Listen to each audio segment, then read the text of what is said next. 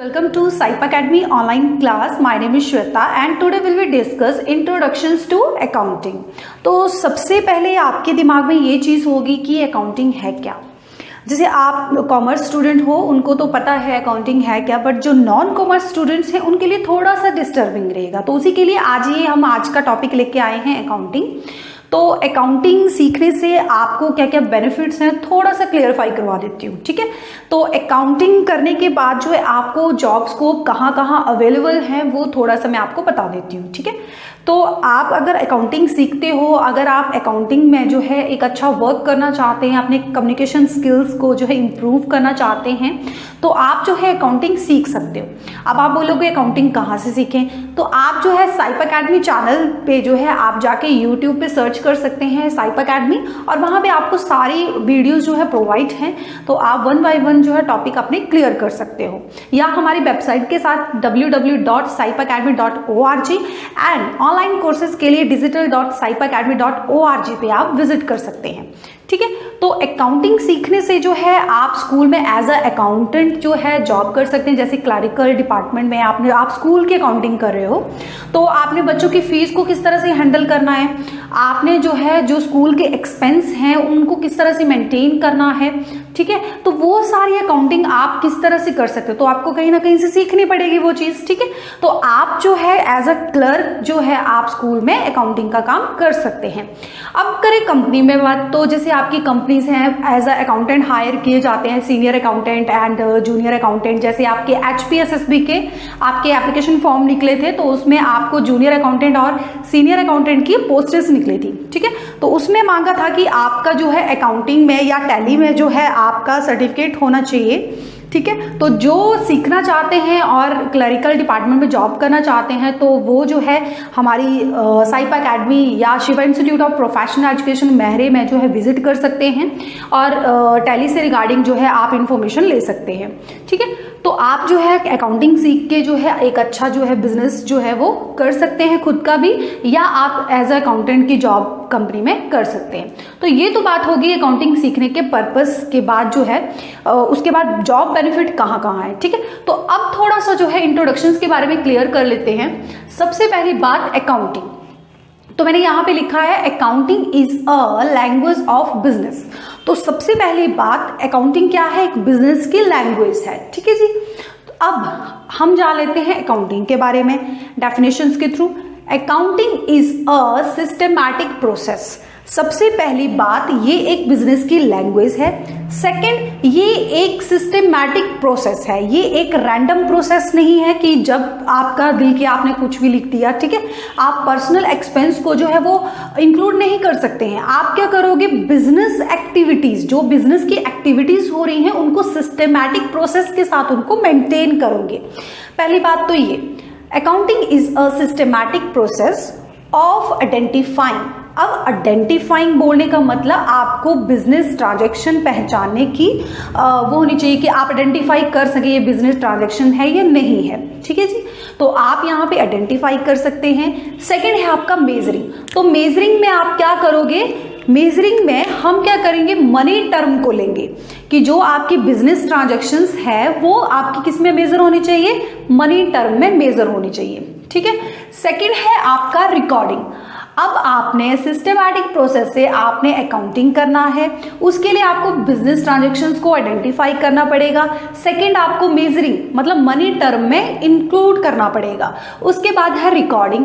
अब जैसे आपके बिजनेस की एक्टिविटीज हो रही हैं, एक्टिविटीज बोलने का मतलब कि आपने जो है बिजनेस कितने से स्टार्ट किया, ठीक है। आप बिजनेस को रन करना है तो कितनी एसेट्स, कितना गुड्स, कितना पेमेंट कर रहे हो, कितना सेल आउट कर रहे हो, वो सारी एक्टिविटीज होती हैं आपकी, ठीक है। कि आप किसको कितना पेमेंट कर रहे हो, आपको कस्टमर से कितना रिसीव हुआ है, तो वो आपकी क्या है, सारी बिजनेस की एक्टिविटीज हैं, ठीक है। उनको आपने क्या करना है, रिकॉर्ड करना है।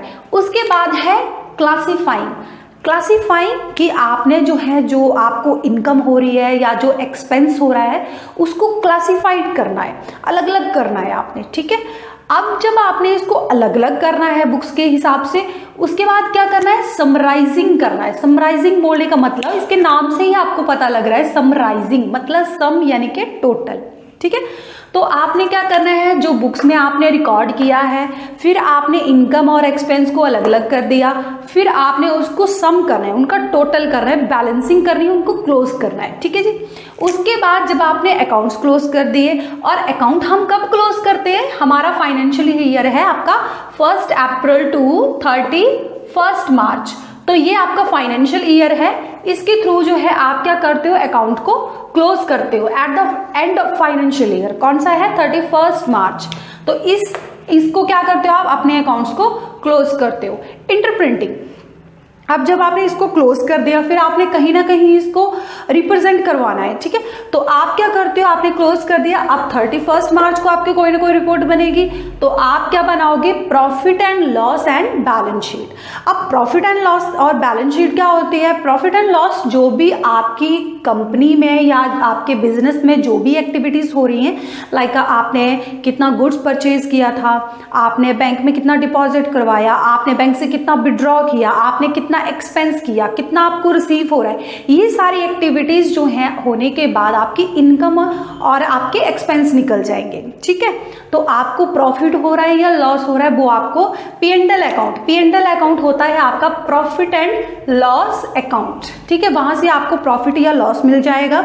और बैलेंस शीट होती है आपकी फाइनेंशियल सिचुएशंस को रिप्रेजेंट करती है, जिसमें आपकी लायबिलिटी और एसेट्स को रिप्रेजेंट करते हैं। ठीक है, आगे की वीडियोस में हम वो भी पढ़ेंगे। ठीक है, तो आप जो है बैलेंस शीट और प्रॉफिट एंड लॉस को मेंटेन करोगे, तो वो आप क्या करोगे, इंटरप्रिंटिंग, तो आप 31 मार्च को उसको क्या करोगे, शो करोगे। अब ये सारी एक्टिविटीज आपकी हो गई हैं, उसके बाद क्या करोगे, कम्युनिकेटिंग फाइनेंशियल इंफॉर्मेशन। अब जो आपकी कंपनी के या आपके बिजनेस के जो यूजर्स हैं, ठीक है, उनको भी आपके बिजनेस के बारे में इंफॉर्मेशन होनी चाहिए, तो मतलब आप उनके साथ क्या करोगे, कम्युनिकेट करोगे। ठीक है, तो ये प्रोसेस तो हो गया आपका अकाउंटिंग का, हमने डेफिनेशंस के थ्रू इसको समझ लिया। ठीक है, अब चलते हैं थोड़ा डायग्राम पे। अब यहाँ पे है आपका accurate book keeping. Accurate book keeping बोलने का मतलब जो भी आपकी बिजनेस की ट्रांजेक्शन्स हो रही हैं उनको रिकॉर्ड किस तरह से करना है वो थोड़ा सा जान लेते हैं। ठीक है, तो यहाँ पे जो है एक्यूरेट बुक कीपिंग के मतलब आपने उसको बुक में रिकॉर्ड करना है। जैसे फॉर एग्जाम्पल यहाँ पे मिस्टर ए है, वो क्या कर रहा है, अपना बिजनेस स्टार्ट कर रहा है। ठीक है, कितने से कर रहा है, वो 2 लाख से अपना बिजनेस स्टार्ट कर रहा है। ठीक है, तो ये क्या हो गया आपका कि वो क्या कर रहा है, 2 लाख से बिजनेस स्टार्ट कर रहा है। अब हमने इसको कहीं ना कहीं रिकॉर्ड रखना है। अब हम एक एग्जांपल और ले लेते हैं कि मिस्टर ए जो है वो अपने लिए शर्ट ले रहा है। ठीक है, कितने की ले रहा है, वो 600 की वो शर्ट ले रहा है। ठीक है, अब ये 2 एक्सपेंस कर रहा है, मतलब 2 एक्टिविटीज कर रहा है। एक एक्टिविटी खुद के लिए शर्ट ले रहा है एंड सेकंड एक्टिविटी कि वो बिजनेस स्टार्ट कर रहा है। तो सबसे पहले अकाउंटिंग का प्रोसेस है कि एक सिस्टमैटिक प्रोसेस है, आप ऐसे कुछ नहीं लिख सकते हैं। जो बिजनेस एक्टिविटीज है सिर्फ उनको ही आपने आइडेंटिफाई करना है। तो पहला क्या है आपका, आइडेंटिफाई। तो मुझे इन दोनों में से जो है सबसे पहले चूज करना है, आइडेंटिफाई करना है कि ये बिजनेस ट्रांजैक्शंस कौन सी है। तो मिस्टर ए क्या कर रहा है, बिजनेस स्टार्ट कर रहा है, और मिस्टर ए क्या कर रहा है, शर्ट ले रहा है। तो ये जो शर्ट वाला है आपका, ये क्या है, मिस्टर ए का पर्सनल एक्सपेंस है, तो ये आपकी बिजनेस ट्रांजैक्शंस नहीं है। तो आपकी बिजनेस ट्रांजैक्शंस कौन सी है, जिससे वो बिजनेस स्टार्ट कर रहा है, तो ये आपकी क्या है, बिजनेस ट्रांजैक्शंस। क्लियर होगा। अब जो है हमने इसको आइडेंटिफाई कर लिया। सेकंड है आपका मेजरिंग। अब मैंने मेजरिंग में आपको बताया था कि आप जो है उसको मनी टर्म में इंक्लूड करेंगे। अब 2 लाख से वो क्या कर रहा है, बिजनेस स्टार्ट कर रहा है, तो 2 लाख आपका क्या है, मनी टर्म है, तो हमने इसको मेजर भी कर लिया। अब हमने इसको कहीं ना कहीं रिकॉर्ड करना है। तो रिकॉर्ड किस तरह से करना है कि मिस्टर ए जो है वो बिजनेस स्टार्ट कर रहा है। ठीक है, तो हमने इसको रिकॉर्ड करना है, तो इसको हम रिकॉर्ड करने के लिए क्या करते हैं, जर्नलाइज करते हैं। जर्नलाइज बोलने का मतलब डेबिट क्रेडिट फॉर्म में इनको सॉल्व करते हैं। ठीक है, जर्नलाइज करते हैं मतलब जर्नल एंट्री करते हैं। ठीक है, जर्नल एंट्री। अब मिस्टर ए है, वो क्या कर रहा है, बिजनेस को स्टार्ट कर रहा है। ठीक है, तो हमने एंट्री को सॉल्व करना है। स्टार्टेड विद कैश, रुपीज कितना है, 2 लाख। ठीक है, अब हमने इस एंट्री को सॉल्व करना है, तो किस तरह से सॉल्व करना है, आपके जो है इसमें सॉल्व करने के लिए अकाउंट्स के फॉर्मूलाज लगते हैं। जो कॉमर्स स्टूडेंट्स हैं उनको आई होप अकाउंट्स के फॉर्मूलाज याद हैं, अगर जिनको याद नहीं है वो 1 बाय 1 आगे वीडियोस देख सकते हैं, ठीक है। तो आप अकाउंट्स का रूल लगाओगे यहाँ पे, तो यहाँ पे जो है आप क्या करोगे, cash account debit to as capital account, आप इस तरह से उसको जनरलाइज करोगे, एंट्री को सॉल्व करोगे डेबिट और क्रेडिट की फॉर्म में, ठीक है जी। तो आपने जो है मिस्टर ए क्या कर रहा है, वो अपनी कैपिटल का यूज कर रहा है, तो debit but comes in credit goes out, तो ये वाला फॉर्मूला लगेगा आपका रियल अकाउंट का। तो मिस्टर ए जो है कैपिटल का यूज कर रहा है, गोज आउट मतलब गोज आउट, ये जा रहा है, ठीक है। इसका क्या हो रहा है, मनी जो है वो आपका इन्वेस्ट हो रहा है बिजनेस स्टार्ट करने के लिए। सेकंड, डेबिट बट कम्स इन, जब वो बिजनेस स्टार्ट करेगा तो उसको प्रॉफिट भी होगा, तो वो प्रॉफिट जो है हमने किस में उसको कन्वर्ट करना है, हमने उसको करना है कैश में कन्वर्ट। तो debit but comes in credit goes out, तो debit but comes in, cash आपके पास आ रहा है और कैपिटल आपकी यूज हो रही है, ठीक है। हमने इसको क्या किया, इसको जनरलाइज भी कर दिया, रिकॉर्डिंग कर दिया। अब जो है आपने क्या करना है, उसको क्लासिफाई करना है, ठीक है। तो मैंने लिखा था आपका cash account debit to as capital account, ठीक है। हमने इसको रिकॉर्ड कर दिया, जनरलाइज कर दिया, क्लासिफाइंग। अब आपको दो ऐसे कौन से टर्म हैं जो आपको यूज हो रही हैं, यहाँ पे हमने यूज की है दो टर्म, कौन कौन सी है, एक तो आपका कैपिटल अकाउंट है, सेकंड है आपका कैश अकाउंट। तो हमने इसको क्लासिफाइड भी कर दिया। अब हमने जब इसको क्लासिफाइड करना है तो इसकी लेजर बुक बनानी है, मतलब आप जो इन टर्म को बोलोगे वो बोलोगे लेजर, जो आपके अकाउंट्स के हेड होते हैं, ठीक है। तो आप जो है कैश का भी लेजर बनाओगे, लेजर बुक बनाओगे, और एज कैपिटल का भी लेजर बुक बनाओगे, ठीक है। तो आपने एज का भी लेजर बुक बनाना है, देन उसके बाद आपने क्या करना है, उसकी बैलेंसिंग करनी है। बैलेंसिंग करने के बाद आपने उनको टोटल करना है, बैलेंसिंग इक्वल करनी है, ठीक है।